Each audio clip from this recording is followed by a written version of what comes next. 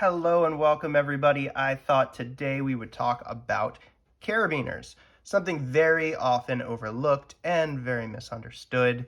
Sometimes you'll find them clipped to people's backpacks carrying a Nalgene, and sometimes they are at the very top of the highest mountain, holding somebody's ropes up while they cling onto a rock for dear life. So, jumping right into it, I thought we'd start with the anatomy of a carabiner, and that begins right here. So this here is what we refer to as the frame of a carabiner. This, which is actually the strongest part of the carabiner, is referred to as the spine. Then we've got our rivet pin and then our gate. Now there's a couple different types of gates. This is the component that swings open and closed. As you see, this right here is a wire gate. This right here is a screw type gate. It's a locking carabiner gate. But that really comes down to, once again, the end use.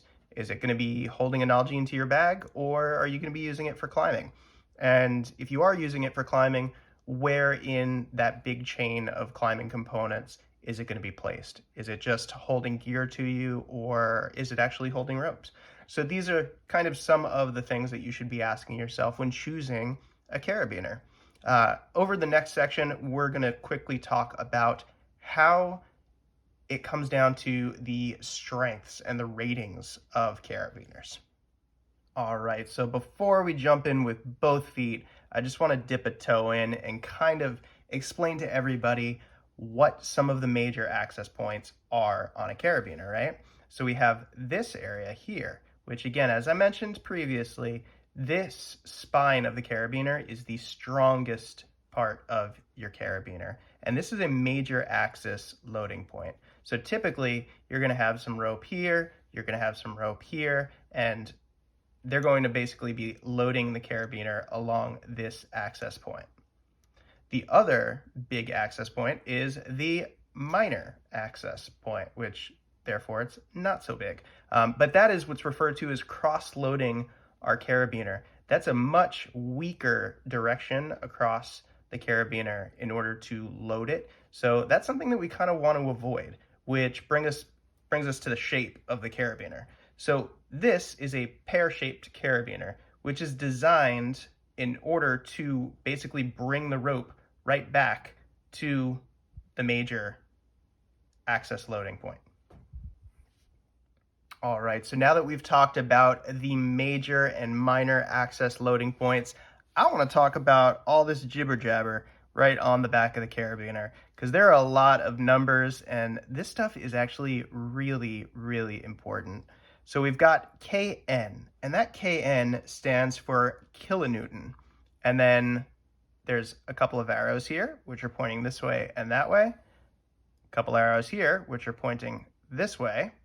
And then there's a small depiction of a carabiner with the gate open.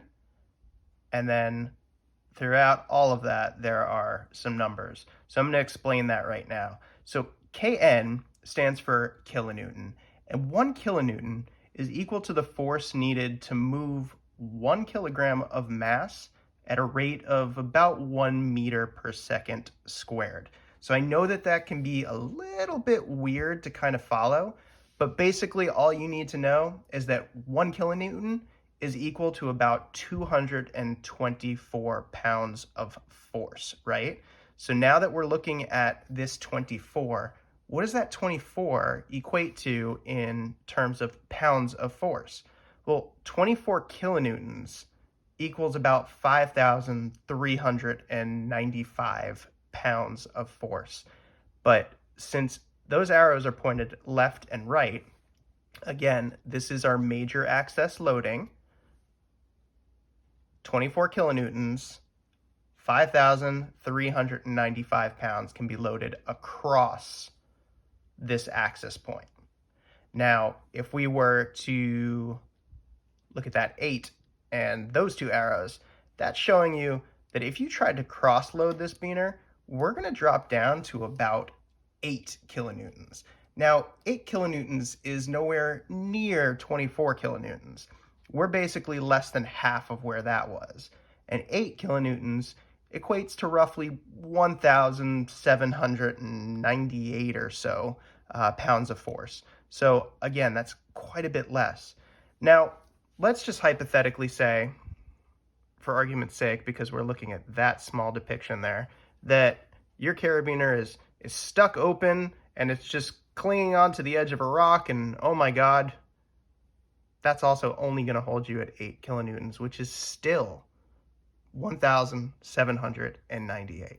So this little bad boy is pretty strong. This is a Metolius. Here we've got a black diamond.